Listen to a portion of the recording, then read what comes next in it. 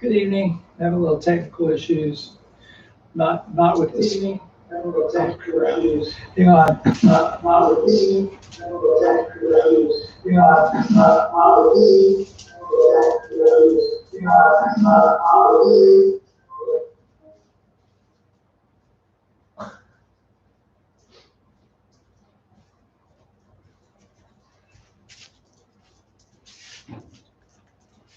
Let's try this again. Good evening.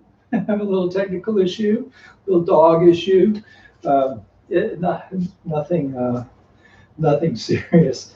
I just, for whatever reason, I couldn't get the YouTube working on my phone, and then I started live casting it on my television accidentally. Anyway, sorry about that. Let's do the verse of the case, though, shall we?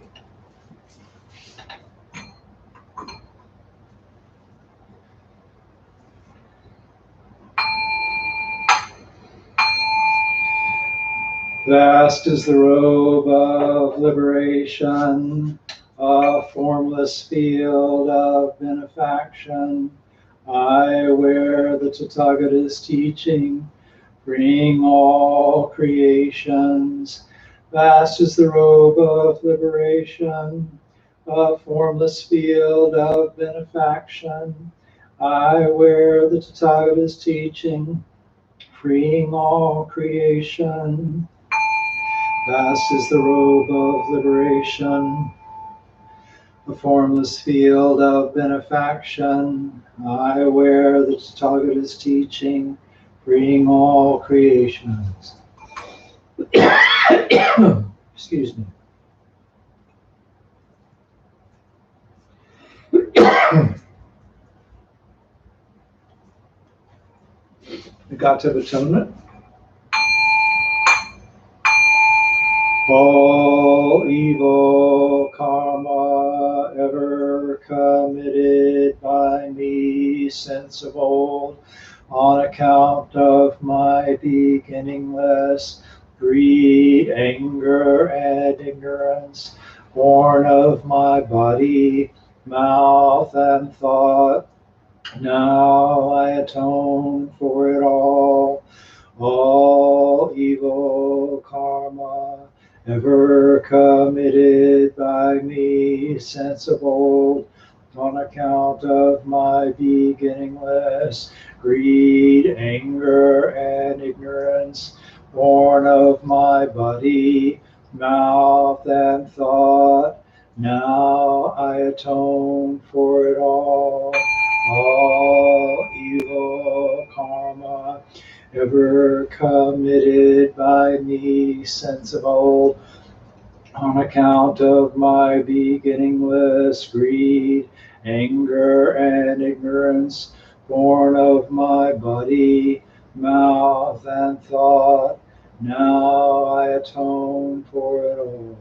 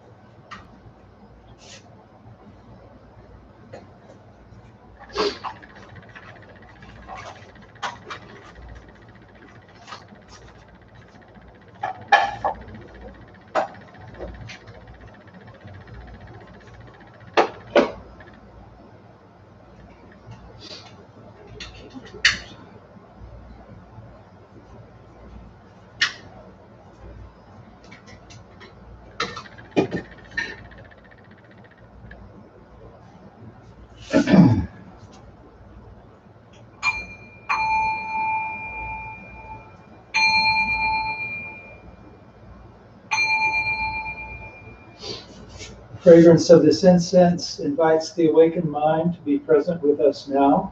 The fragrance of this incense fills our room, protects and guards our minds from wrong thinking. The fragrance of this incense unites us with precepts, concentration, and insight.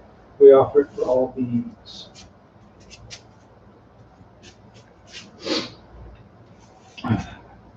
The homage to the Buddha.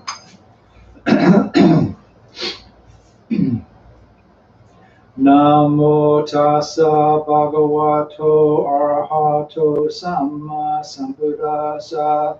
Namo tassa bhagavato arahato samma sambuddhassa. Namo tassa bhagavato arahato samma sambuddhassa. I go to the Buddha for guidance. I shall become one with the Buddha. I resolve that I shall each day follow the way of life he laid down for us to walk and awaken to his supreme wisdom. I go to the Dharma for guidance. I shall become one with the Dharma. The gates of Dharma are manifold. I vow to enter them all. The goal of wisdom is ever beyond. I shall attain it. I go to the Sangha for guidance. I shall become one with the Sangha in the spirit of universal fellowship and as a member of the Sangha. I pledge myself to strive for the enlightenment of all beings. Sorry, I'm so hoarse tonight. It's ragweed is in bloom, I think, something like that. The Metta Sutta. This is what should be done by one who is skilled in goodness and who knows the path of peace. Let them be able and upright, straightforward and gentle in speech, humble and not conceited, contented and easily satisfied, unburdened with duties and frugal in their ways, peaceful and calm and wise and skillful, not proud and demanding in nature. Let them not do the slightest thing that the wise would later reprove. Wishing in gladness and in safety, may all beings be at ease. Whatever living beings there may be, whether they are weak or strong, omitting none, the great or the mighty, medium, short, or small, the seen and the unseen, those living near and far away, those born and to be born, may all beings be at ease. Let none deceive another or despise any being in any state. Let none through anger or ill will wish harm upon another. Even as a mother protects with her life her child, her only child, so with a boundless heart should one cherish all living beings, radiating kindness over the entire world, spreading upward to the skies and downward to the depths, outward and unbounded, freed from hatred and ill will, whether standing or walking, sitting or lying down, free from drowsiness, one should sustain this recollection. This is said to be the sublime abiding. By not holding to fixed views, the pure-hearted one, having clarity of vision, being freed from all sense desires, is not born again into the world of suffering. Metta prayer. May I be happy and well. May no harm come to me. May I learn compassion. May all my friends, family, and those I love be happy and well. May no harm come to them. May they learn compassion. May all those troubled in body, mind, and spirit be happy and well. May no harm come to them. May they learn compassion. May all those who have hurt me in body, mind, and spirit be happy and well. May no harm come to them. May they learn compassion. May all those I have hurt in body, mind, and spirit be happy and well. May no harm come to them. May they learn compassion. May all my enemies be happy and well. May no harm come to them. May they learn compassion. May all living beings be happy and well. May no harm come to them. May they learn compassion.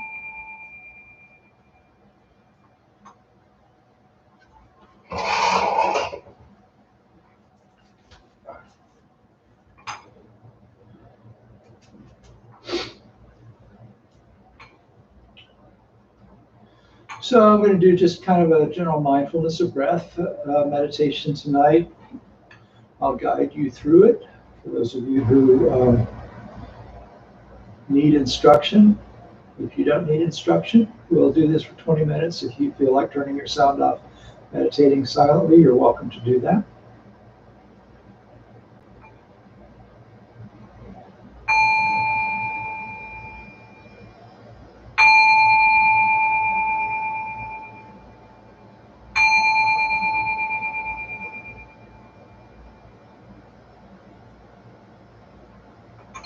To begin, take a few deep breaths.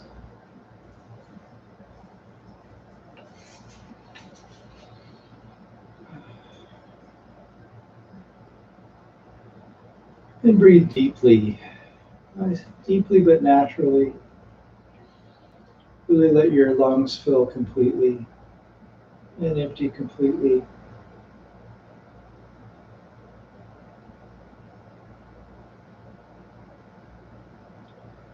And then just let your breath settle into a natural rhythm. Just breathing comfortably. Don't have to force anything, but just be aware of the breath. The idea with mindfulness of the breath is you don't really control the breath so much as you observe the breath. But that doesn't mean that you can't breathe deliberately. You can slow your breath down, speed your breath up, whatever you need to do. So to start, let's experiment with breathing a little bit different ways and see how it feels in your body when you breathe this way. So breathing in a long breath, breathing out a long breath.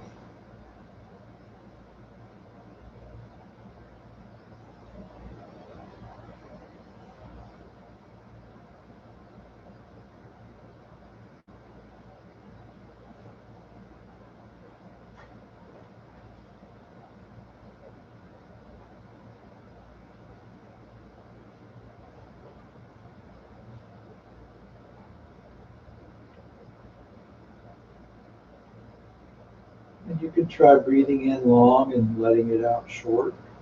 So deep breath in, and then just kind of let it go.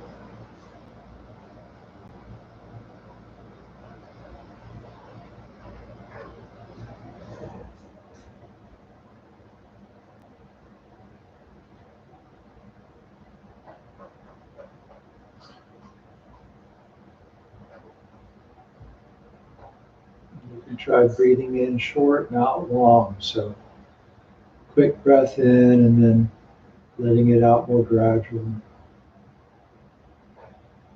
And just sense how it feels in your body to breathe this way.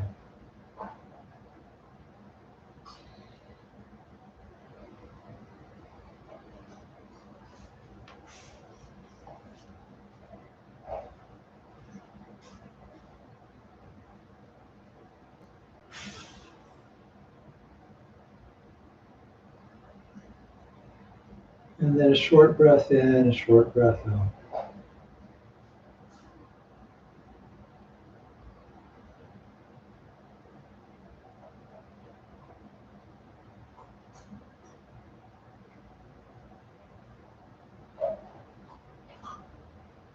And then just breathe whatever is comfortable to you.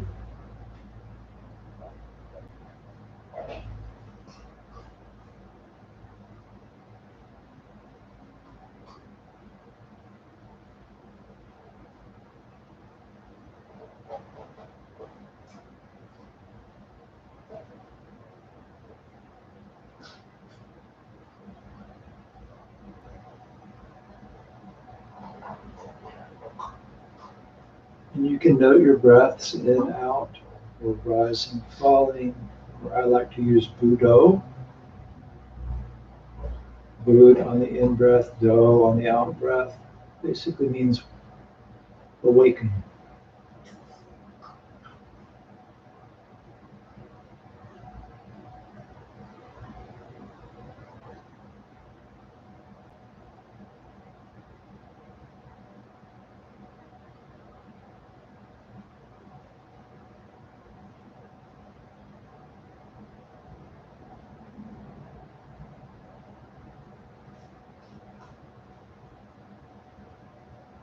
And bring your attention to the front of your face.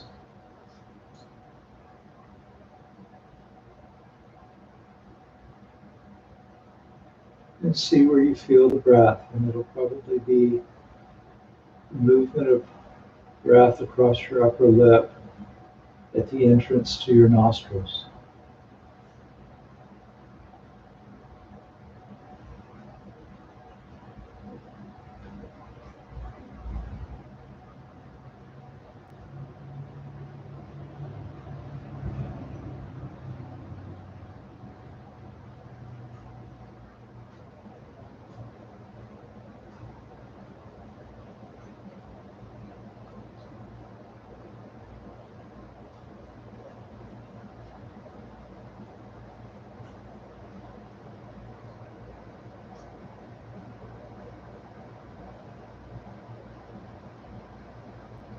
And then back to where your sinuses open up at the back of your mouth. Feeling the breath passing by that touching point, going in, going out. Udo.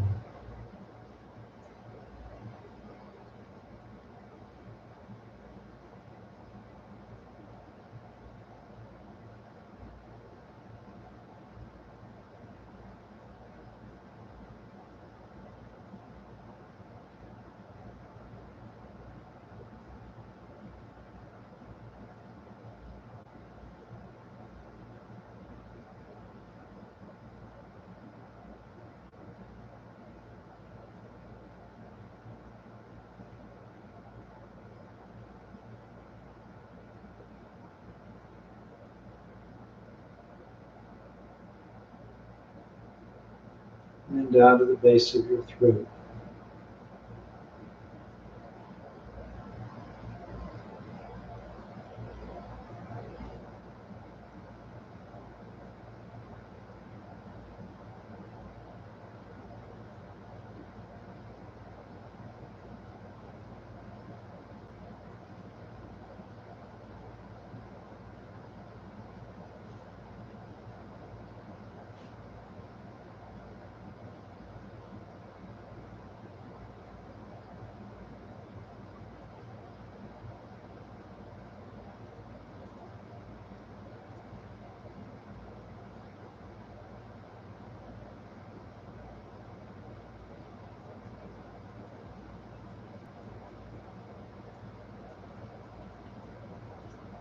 The center of your chest.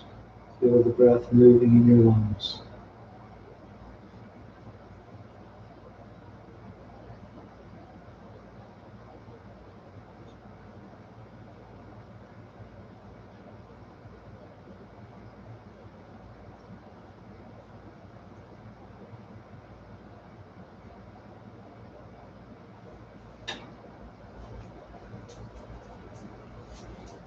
The rise and fall of your belly.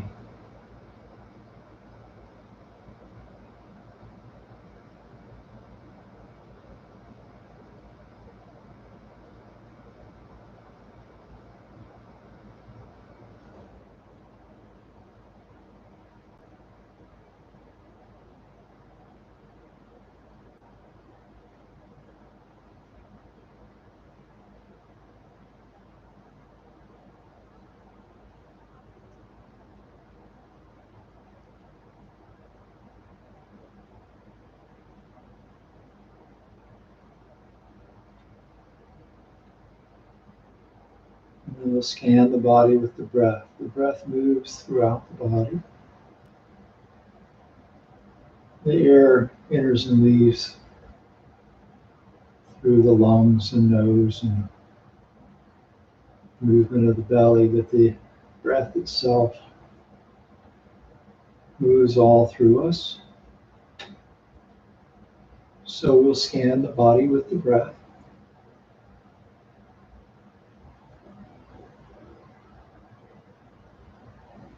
Working from the soles of the feet up. So bringing your attention to the bottoms of your feet.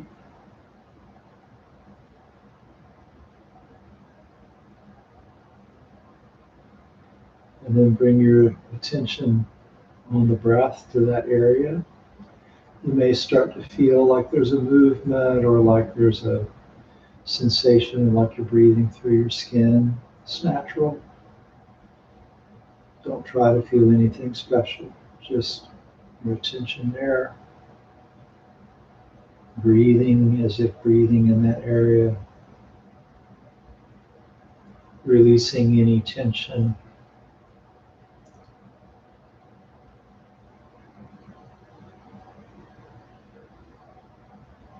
Accepting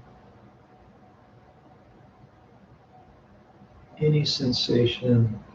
Sensation is pleasant, unpleasant, or neutral, and that's it. So just seeing what you find. Release what you can release, accept what needs to be accepted. And then move your attention up to your ankles.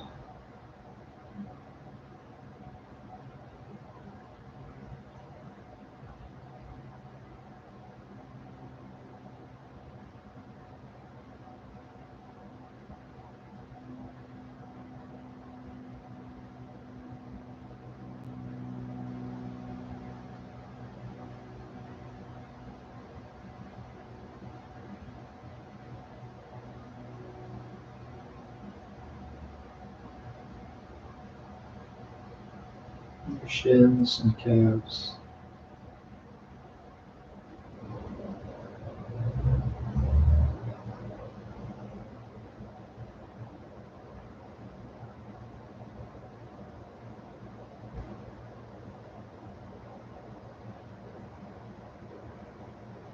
Knees.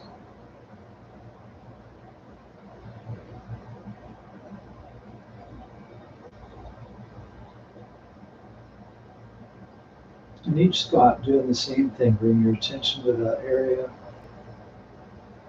Bring the breath to that area, your awareness of the breath. Release and accept.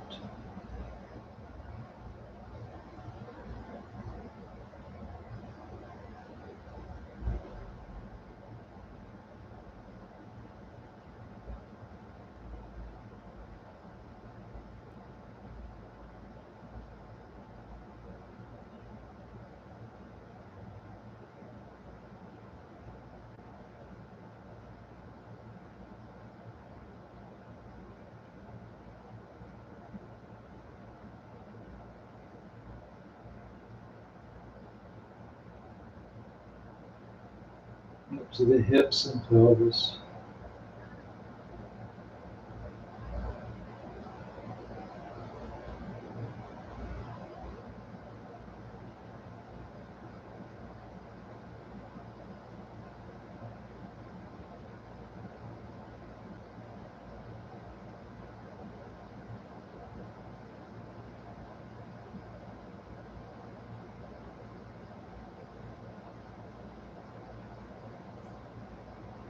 And then up through your waist.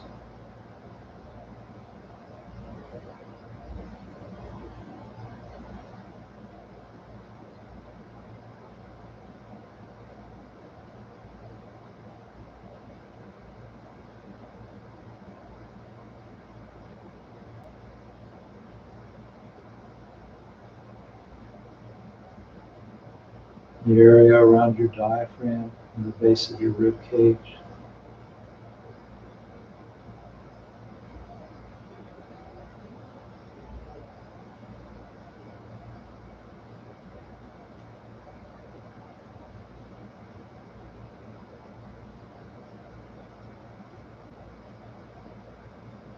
Behind your sternum.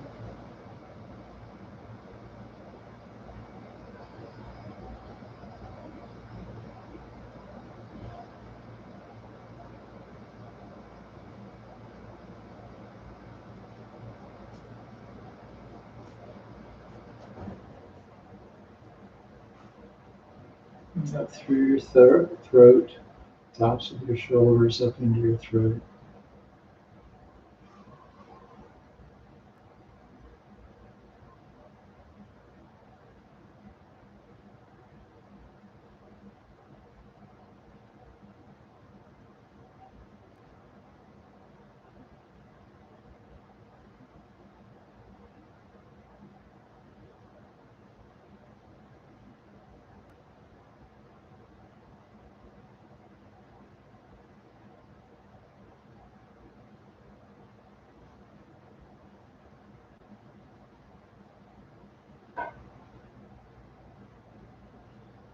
Inside your mouth.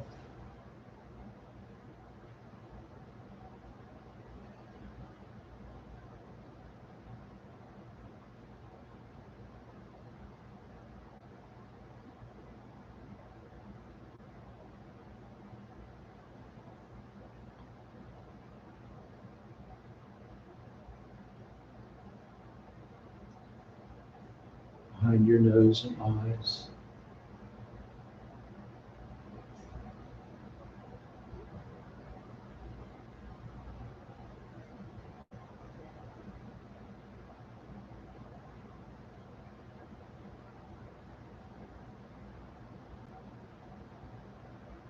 behind your forehead.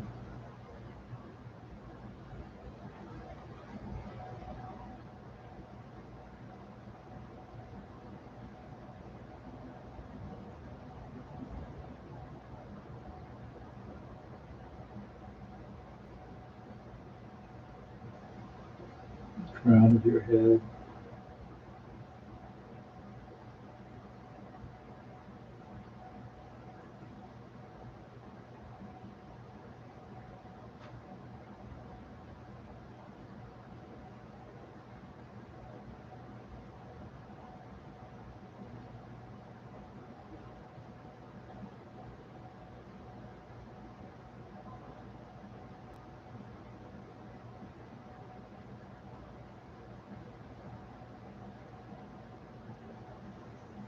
Down the back of your neck.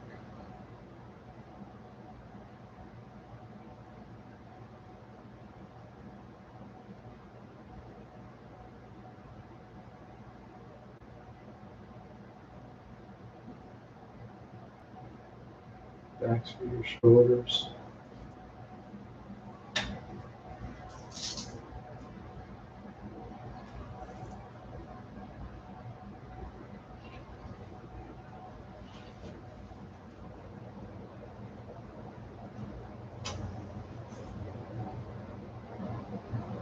Down your arms and hands.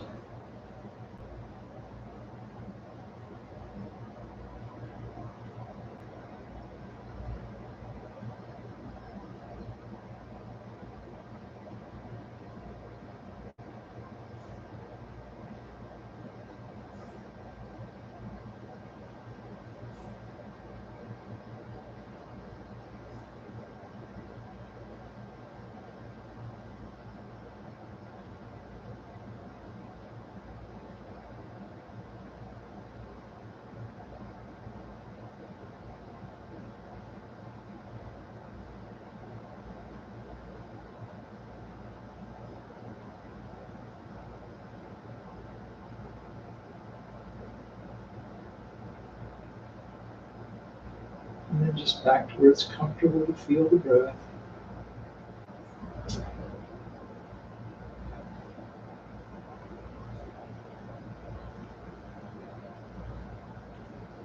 Continuing to note your breaths if you need to, or if not, just focus on the sensation of breathing.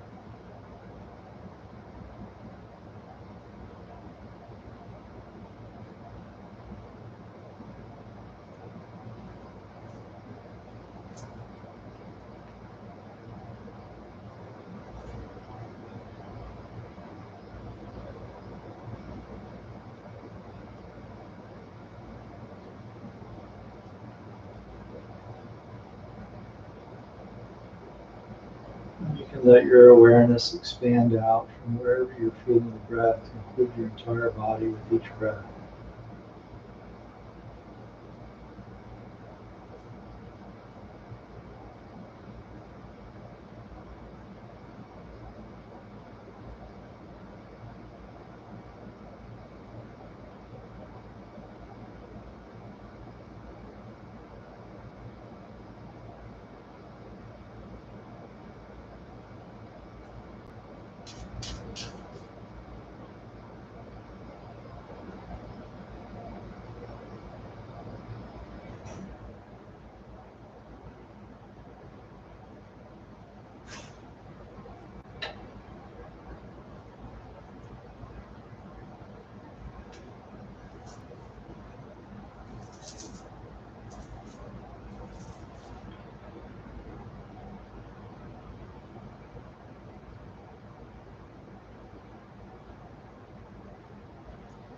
The bell will ring twice to end the meditation. Brings the first time, you can bring your hands together in front of your heart in Gasho. And take a couple of deep breaths. Be aware of your surroundings. And when it rings the second time, you can bow slightly.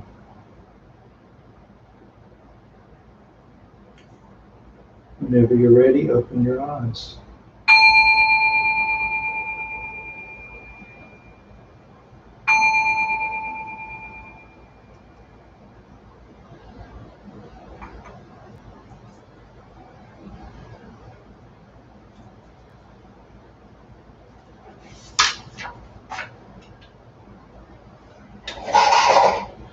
So you may have noticed I have a dog in my lap. So, I meditate here frequently at this particular spot, facing the altar, typically. Sometimes, kind of depending on how my back and knee are feeling, sitting on a cushion on the floor, usually, sometimes in this chair, facing the altar. And in the morning, he likes to get in my lap and I meditate because I'm still and it's calm. And I've noticed, I'm leading some other meetings, and one of them is a meditation group with some faculty and staff that I work with, and Stetson. And everybody's working remote, so everybody's got their office setups and at home and all that kind of thing. And I've noticed that more and more dogs and sometimes cats end up in people's offices during our meditation meeting. And I think they sense the sort of peacefulness, maybe, the stillness. And so that's a good opportunity for them to kind of be close to us while we're being still. So I'm surprised that he's still sitting here now that I'm talking. But at any rate, those of you who haven't met him, this is Diogenes, D for short. Anyway, so I'm going to talk about mindfulness and really kind of in a sense of demystifying mindfulness. I'm sure that you've all heard the story of the group of blind monks and the elephant. And in this story, a bunch of old monks who couldn't see, and each monk examines a different part of the elephant, and each comes away with a different impression. So one touches the tusk and says that an elephant is like a plowshare. And one grabs its foot and says it's like a pillar. Another one touches its ear and says it's like a winnowing basket, which is the thing that they use to separate grain from the chaff, and so on. So I'm reminded of this story whenever I'm asked to talk about mindfulness, because in Buddhism, the concept of mindfulness really is woven through the teachings, and it has different applications in different contexts. And then, outside of Buddhism, the concept of mindfulness is being applied in more secular settings and stuff like that, and sometimes described, I won't say very differently, but somewhat differently than the way the Buddha talked about this traditionally. And so mindfulness is discussed in Buddhism in part as a method of meditation. It's a way of working with your attention in daily life also. And it's kind of like the glue that connects all the other factors of the path together. So about probably 35 to 40 years ago, mindfulness practice as derived from Buddhism started to show up in different secular settings. So mindfulness-based stress reduction is the most obvious one that people know about. Once you jump down, thank you. And that's a clinical application, basically, of Buddhist meditation, Vipassana, sort of, applied to clinical settings for like pain management. And it's been studied in various fields of psychology, and it shows up in corporate programs where it's used to help employees handle stress and become more empathetic and all these kinds of things. And so along the way, we've ended up with something like the blind men trying to describe an elephant. What is mindfulness? Well, it kind of depends on what part of it you're grabbing onto. So, but the Western aspects of it tend to come from practices of Buddhism. And the Buddha laid out mindfulness as a practice in a fairly complicated discourse called the Satipatthana Sutta, which means the establishings of mindfulness, the foundations of mindfulness. So mindfulness is the common translation of a Pali word sati, S-A-T-I. And in contemporary Western usage, it generally refers to kind of a non-reactive, non-judgmental awareness. And that's part of mindfulness practice, but it's not all of it. Sati, in the broader sense, has kind of a quality of remembering to it. So satipatthana is a compound word that's often talked about as kind of the frames of reference, depending on how you're breaking it down. And I like to think of it as sort of a blueprint for mindful living, really. It's basically a meditation primer. But the four foundations of mindfulness are like the four legs of a chair. Together, they can create a strong support for your spiritual practice. And so the Buddha starts this discourse by summarizing the teaching. He says, here a monk lives contemplating the body in the body, ardent, clearly comprehending and mindful, putting aside greed and distress with reference to the world. He lives contemplating feelings and feelings, consciousness and consciousness, mental objects and mental objects, and all these things, clearly comprehending and mindful, putting aside greed and distress with reference to the world. So when we approach mindfulness as a spiritual practice, we have these four elements: mindfulness of the body, feelings, consciousness, and mental objects. And so these become objects of meditation, but we don't practice meditation this way in order to be good meditators. We meditate in order to live better lives. And so these are reference points for mindfulness as we live. So the Buddha says to be ardent, clearly comprehending, and mindful. I was talking about this one time at White Sands Buddhist Center. I mentioned this recently in another talk. I can't remember where I was, if it was something I was doing face-to-face or if it was on one of the Zoom meetings or whatever. But this particular event happened to be during Bike Week. It was one of those one-day retreats that White Sands does. And the abbot had been talking, and he was talking about this ardent, I'm going to use the way I like the translation because it makes it easy to remember, ardent, alert, and aware. He's talking about these three factors of mindfulness coming to the practice of meditation. And Venerable Kai Tien looked over at me and, asked me to say something basically to support and elaborate on what he had said. And so it occurred to me that it was Bike Week and that I'd seen a lot of motorcycles on my way there. And I realized as I was thinking about this, that this practice is a little bit like riding a motorcycle. So when people come down to Florida for Bike Week, they like to ride scenic routes. They don't just go to Daytona Beach and hang out in bars, although there's a fair amount of that. But they like to go motorcycle riding because a lot of times, they're coming down, it's still really cold where they are, and it's nice here, so they can go for a ride through the countryside or along the beach and through these historic towns in this area and things like that.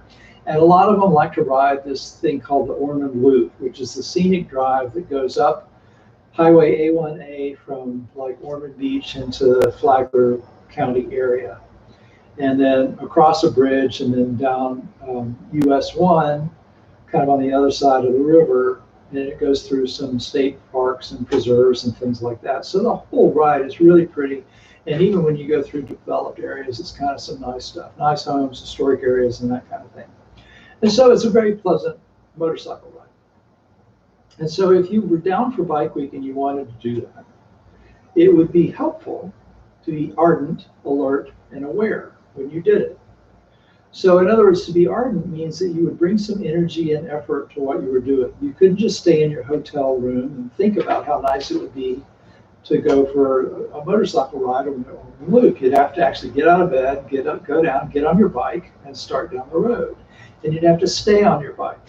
You have to make an effort to keep on this ride if you're going to actually do this. But once you're on the road, you want to clearly comprehend, to be alert to whatever's going on. You want to be able to see where you're going. You want to be alert to any dangers that arise, to respond to what comes up in kind of a skillful way so that you don't crash or lose track of where you're going, and so on. And then you have to be aware. You have to be aware of the present moment. You have to keep in mind where you want to go. And so you want to go up the highway along the beach, cross over the river, and come back through the state park. You need to remember that this is the route you're on. And watch to make sure you don't get distracted. You stay on track and you don't get lost. And there's another concept that the body talks about in the sutras, is contemplating the body and the body, feelings and the feelings, and so on. In other words, the body in and of itself, feelings in and of themselves. You focus on what's actually there, not what isn't there. So that means paying attention to what's going on here and now. And if you're on the motorcycle, you're not thinking about how nice and soft and warm your bed was back in the hotel, or reliving some rude thing that somebody said to you last night, because then you're not in the here and now. You're, in some speculative future time, or in the past, or whatever. So you're paying attention to your surroundings so that you don't miss the beautiful Spanish moss hanging over the road, or the dolphins playing in the surf and things like that, right? And so he talks about contemplating these objects, putting aside greed and distress with reference to the world. So if you encounter an obstacle, you deal with it skillfully.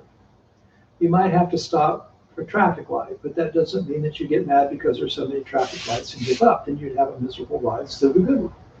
And you might see a bar over by the roadside with a bunch of motorcycles surrounding it, and think, well, maybe there's a good party going on over there. You stay on your path, and you don't let attachment and aversion derail that objective. So you're not waylaid by the things that come into your awareness. You put those things aside with reference to what's going on. And so I think that's a good analogy for what we do when we meditate. We're bringing those qualities of ardency and alertness and awareness to our meditation practice. When you put this to work developing your knowledge of the body and feelings and so on, you get a deeper insight into their nature. And so a lot of this sutra talks about this, spends a lot of time at first on mindfulness of the body. If you look at it and you laid out every page of it, you see probably 2/3 of it or so goes into describing what the Buddha meant when he said mindfulness of the body. So we just did part of that. We did mindfulness of breathing. This is what the Buddha says to do. He says, how does a monk live contemplating the body and the body? He sits down with his legs crossed, keeps his body erect and mindfulness alert. Ever mindful, he breathes in. Ever mindful, he breathes out. And then the instructions go from there. But basically, the idea is to be closely aware of your breath and what it's doing as a function of your body. Excuse me, which is why in that meditation, I had you bring your attention on the breath through your entire body. So you put effort into observing your breath, you keep your attention on it, and remain aware of what the mind is doing while you're sitting there breathing. And as you do that, the breath and the body become calm, and you experience that calmness. And so this is most of what you need to know to be able to practice mindfulness of the body. There's more to it than that, the way the Buddha explains it. But in doing this part, you're going to ultimately develop mindfulness of feeling and mental objects and consciousness by meditating on the breath. So the Buddha talked about other tools for cultivating mindfulness, and you probably have to become a Theravada monk to really not spend much time learning these, but you do mindfulness of the parts of the body where you contemplate the body as skin and bones and organs and all of that. And there's mindfulness of the body as physical components like earth and water, fire and energy. And there's cemetery contemplations where you meditate on the fact that the body's going to, not going to last forever and all of those kinds of things. And mindfulness of postures. So there's things like walking meditation, which actually is very useful and that sort of stuff. But you don't have to do all of this. I mean, these things are useful if if your goal was to become an arahant, these things would be useful. And I've done, I did them when I was practicing that form of Buddhism, and you get a lot out of it. But for a householder, it's really not essential. So when we're meditating, and at other times, of course, feelings arise. And by feelings, I mean physical sensations along with what you might call spiritual feelings. Feelings that arise in our hearts when we remember something sad that happened, or when we start meditating and entering a calm, blissful state of concentration. Those are what, for lack of a better term, you might call spiritual feelings. So a lot of people largely allow their lives to be controlled by their feelings. And so we avoid pain of various types, so that we might avoid speaking in public because it makes us uncomfortable, and we fear the painful feelings that arise as a result of anxiety and that kind of thing. But a part of the mindfulness practice that's applied in secular life, is to bring mindfulness. When we bring mindfulness to this, we can really kind of pare feelings down to their essence. That's what the Buddha meant with in and of themselves. Feelings are pleasant, unpleasant, or neutral, and that's it. So when you have a feeling, you don't have to identify with it. You don't have to judge it. You don't have to attach to it or push it away or any of those things. It's just a phenomenon that has arisen. And so you treat it that way. Not too long ago, I was talking to somebody who's dealing with some stress in their life, and I told them about this practice that we suggest in the prison mindfulness program. And we tell inmates that when they're stressed out or angry or whatever, to feel their feet. Feel their feet. Usually they're standing in line, right? So one thing that you can feel is the contact of your foot on the ground. So when you're in a stressful situation, you can shift your attention to something physical in your body at the moment. And like the way you feel your feet on the ground, and that grounds your attention in a neutral sensation like that, and can take you out of this loop of stressful thoughts. And so that can give you some space so that you're less likely to get more stressed out or do something stupid that makes the situation worse. So even to be in the moment during a stress event and just see what's going on with unpleasant feelings can do the same thing. So the third and fourth foundation of mindfulness are instructions on contemplating our consciousness itself and the mental phenomena that arise in it. And that's kind of an interesting one to try to put into kind of down-to-earth terms. So essentially, it means to be aware of your mental states and the various forms of clinging and aversion that are associated with stress and suffering, or tranquility and happiness. And so that's kind of where you bring in this remembering aspect of mindfulness. We remember to bring that mindfulness to your experience of meditation and your experience of life with regards to the things that the mind creates. So in general, circumstances are neutral. So for the most part, stress and suffering arise due to the way the mind engages with circumstances, not circumstances themselves. So, I've said it before, I will say it again. Our experience of life doesn't have a whole lot to do with our circumstances. It has a lot to do with how skillfully we use our attention, or basically with what we pay attention to. And so these sections, the third and fourth sections, are in a large part, I think, about being aware of what the mind is creating with regard to stress and how those fabrications create our mental state. And so if you go on through the sutra, there's a long list of mental qualities to be developed and those to be transcended. And I talk about these things once in a while. But basically, a couple of things I want to just sort of point out that you can take away today. And one is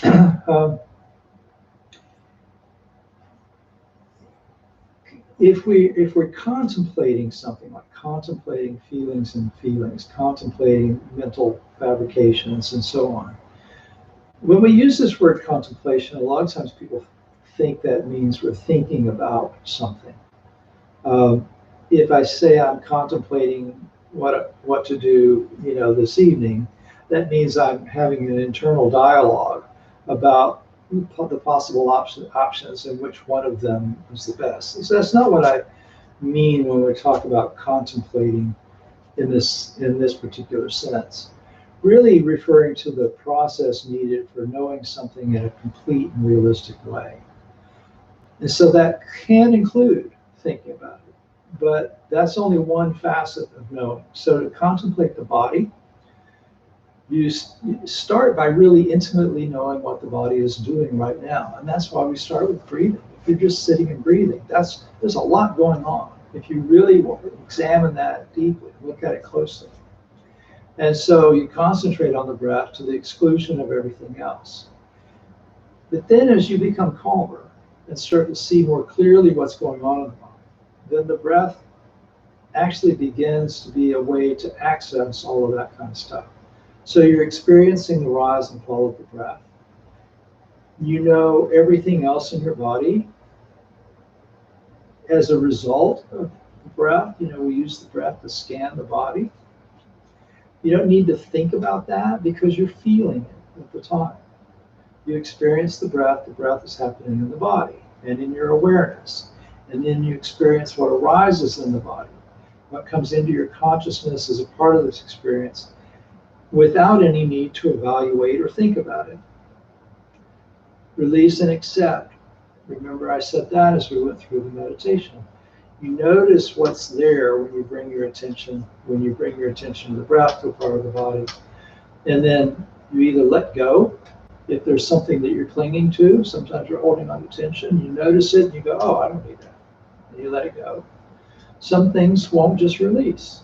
Some things might really stick around. Maybe pains and things like that. You don't need to identify with it. Just recognize there's an unpleasant sensation.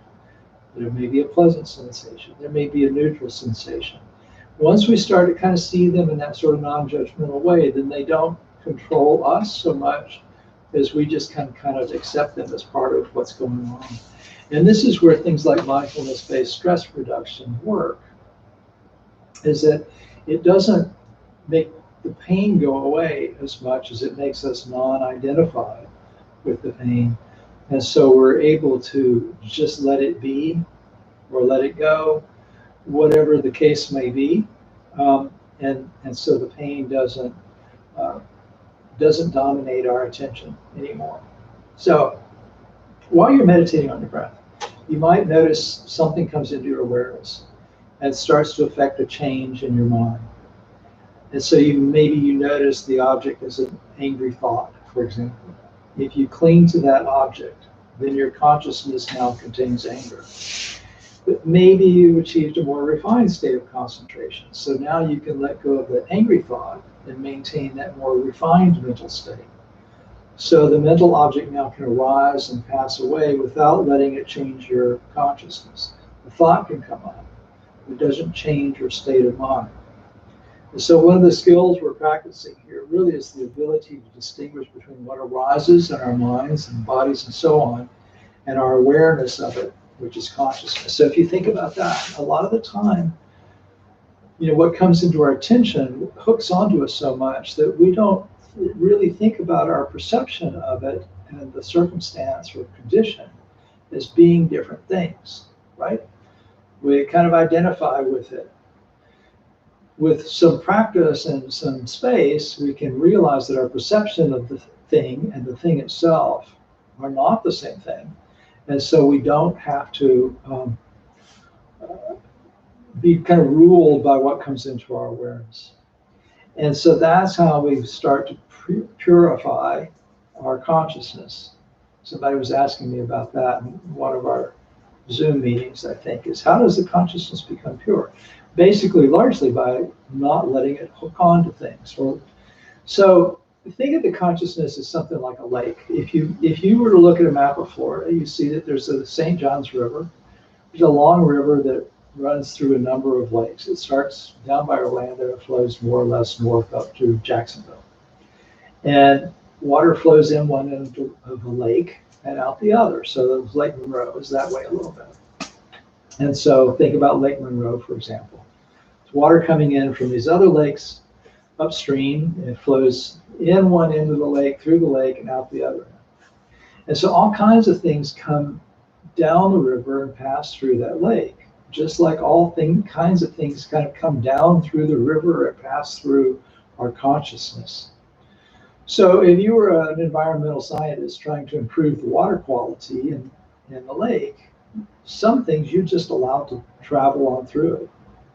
You'd make an effort to remove pollutants that could harm living things there.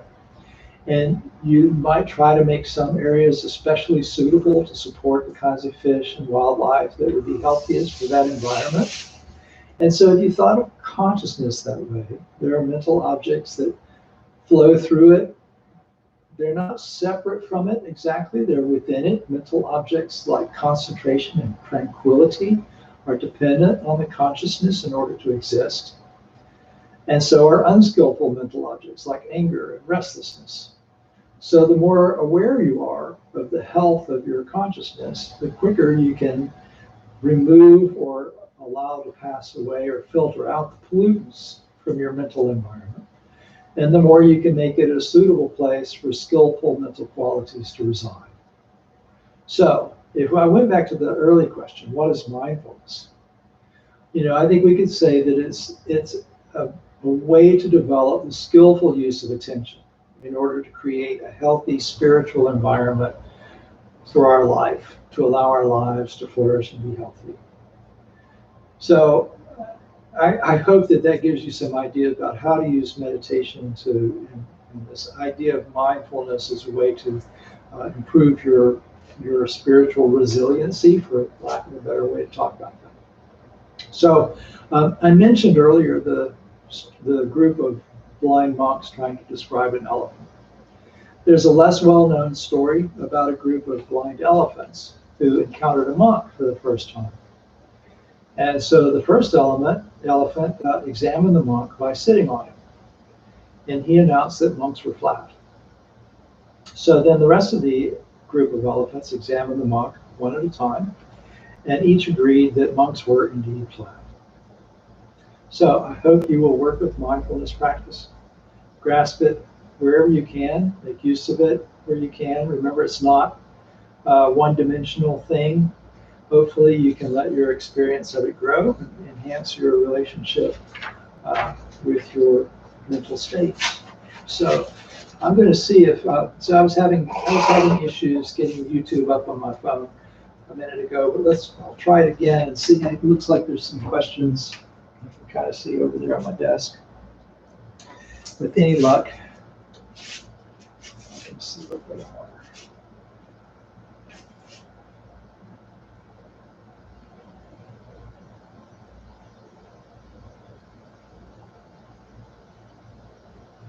Okay, so I got two questions about services resuming. I don't know the answers to these questions yet. The plan for White Sands Buddhist Center is to start services back in the facility the first Sunday in July. That's the plan. Now, there was a plan to start the first Sunday in June, and that's not going to happen. So a lot's going to depend on, what the CDC and, all those sort of agencies are recommending, and kind of what the vibe is in this part of the state and that kind of thing. But that's the plan there. As far as the Wednesday night meetings, the board of the U Church is meeting sometime this week, and I've been in touch with them about it. They're going to discuss. They had questions about how many people come and that sort of thing, how we would handle social distancing and that kind of stuff. So hopefully I'll have an answer soon, or at least an expectation. I hate to use words like plan and expectation right now, because we really are dealing with a time of great change and uncertainty. And there's a book one of the first books on Japanese psychology I read was talking about a type of psychological practice that's derived from Zen. And the title of the book is Playing Ball on Running Water. And, this times like this is where we get an opportunity to do that, to play ball on a constantly changing playing field. So hopefully it won't be too much longer, and we'll have to talk about how to do all that kind of stuff safely. But anyway, I'll let you know, I promise. So how do we love without expectations and let love go?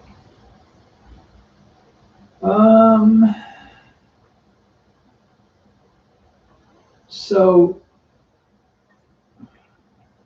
it's difficult to answer a question like that without a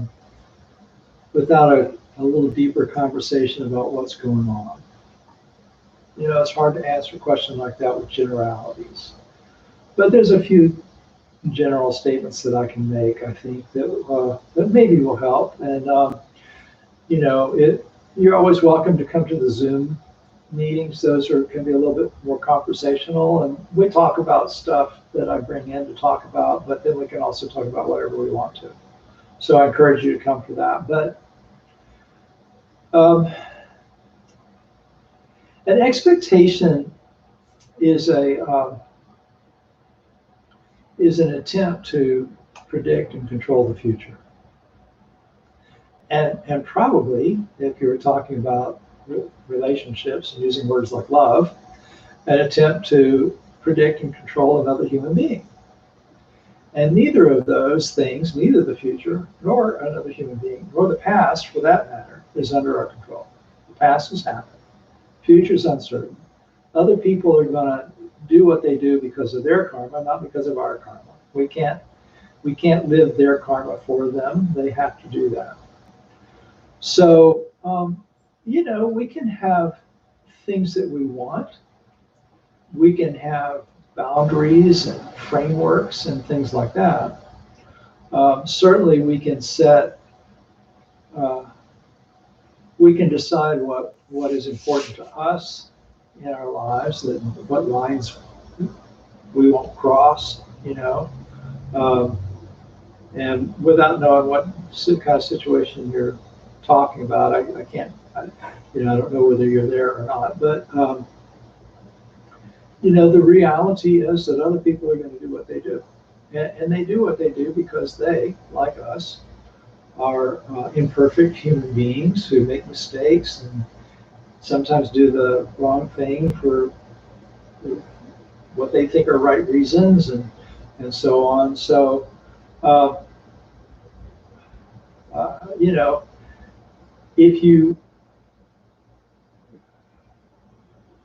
so the word love, gosh, it's such a difficult word. If you think about what does it mean to love someone? Ideally, when the Buddha talked about love, he talked about metta, which is, wanting someone to be happy and well. He talked about compassion, wanting someone to be free from suffering. He talked about joy in others' good fortune. So being glad when someone experiences something good. And he talked about equanimity, which is accepting that that people are the owners of their karma, and so as a result,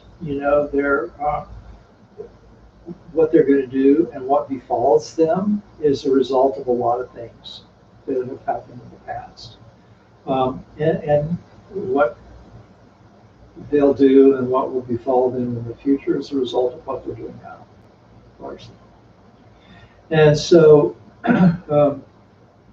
we're very complicated creatures as human beings. And it's, we can, I think things like accountability are important.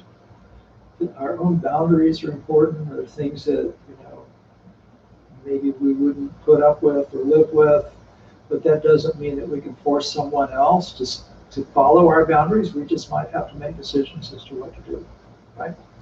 Um, and think about what are really problems. A lot of times, I was talking about the idea of feelings within a feeling tonight.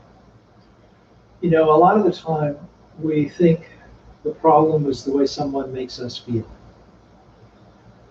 So we can talk for a long time about whether or not somebody else can really make you feel something, but the issue really isn't so much how we feel. The issue is really what's been done. And, and so how important is what's been done? If we took our feelings, our hurt feelings or whatever, out of the equation, how big a deal is this happened? So, come Tuesday night if you want to, and we could talk, not Tuesday night, Thursday night, tomorrow night, and we could talk about this a little bit more, and maybe get more specific.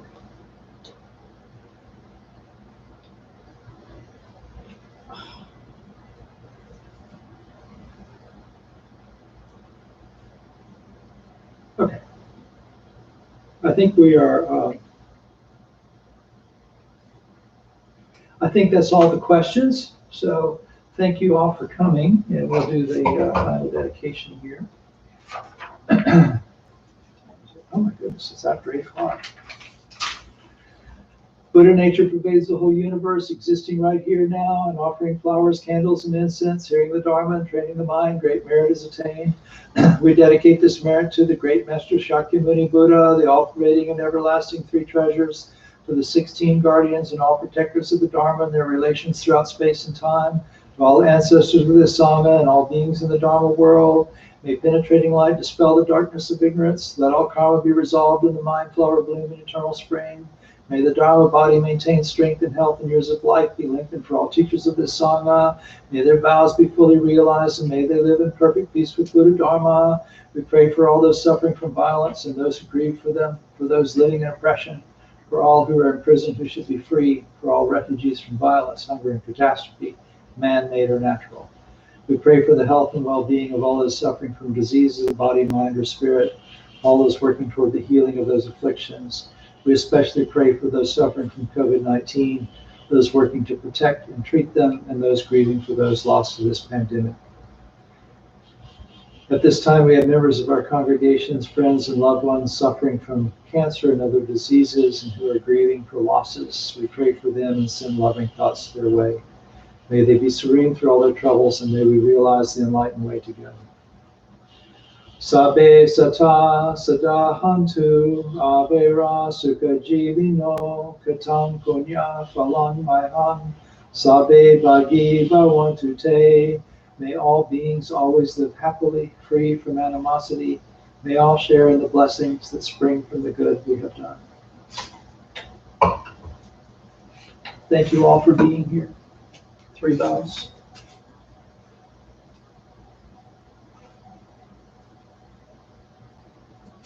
I'll see you again soon.